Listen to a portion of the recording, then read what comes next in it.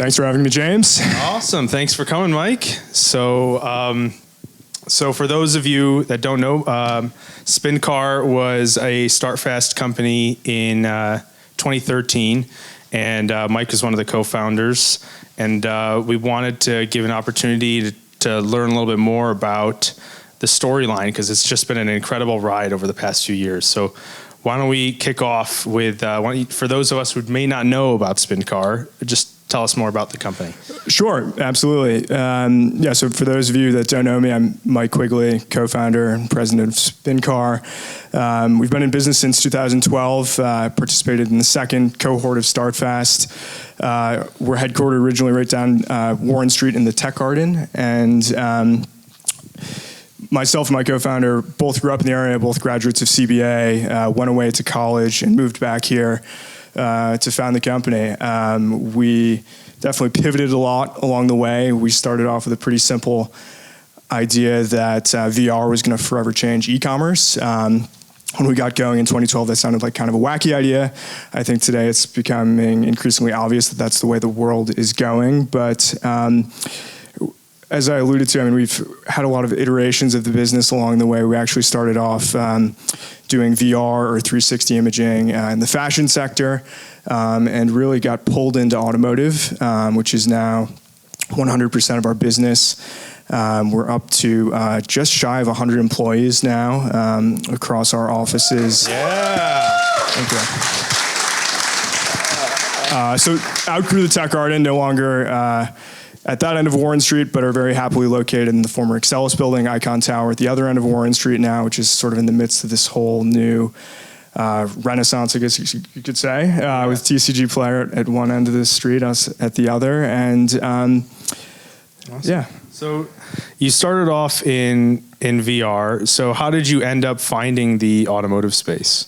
What was that like? Yeah, I mean, I think this is an important sort of teachable lesson for entrepreneurship. I mean, be really open to feedback from customers, partners, investors. I mean, in our case, one of our audience members here, John Miller, actually was very instrumental in helping us make that pivot. He's a StartFast mentor, has had numerous successful exits in automotive software, and I mean, being open to feedback and leveraging StartFast network was critical in helping us get to the product market fit we found in automotive.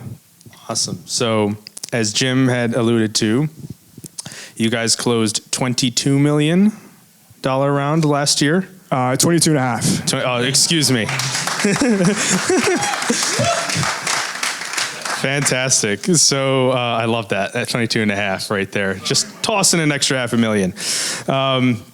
So what was that like? How did you guys come across, get on their radar? What was it like going through the diligence for that?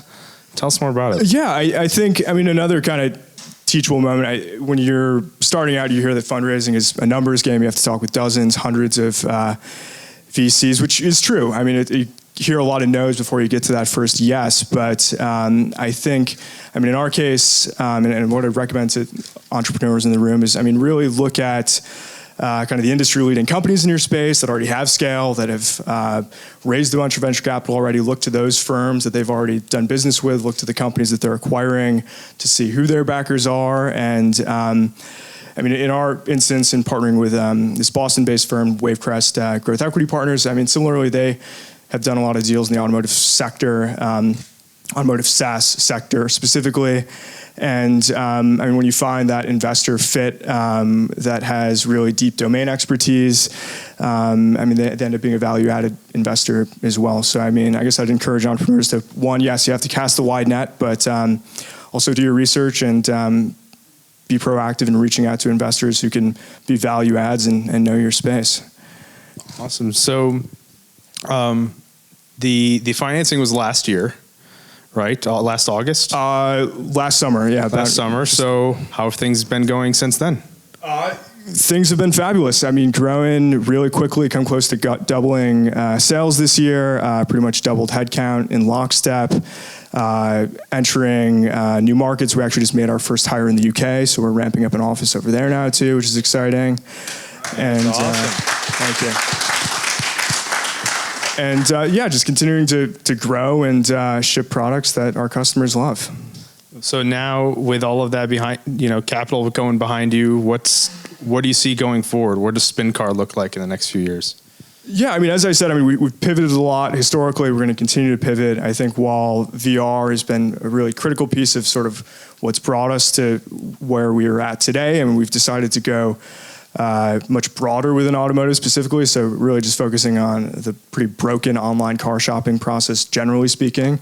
So past VR into pricing and overlaying option and feature data and so forth and that kind of thing. So this is a massive market we're in, and I think we can all agree if you've shopped for a car recently, it's a pretty painful process.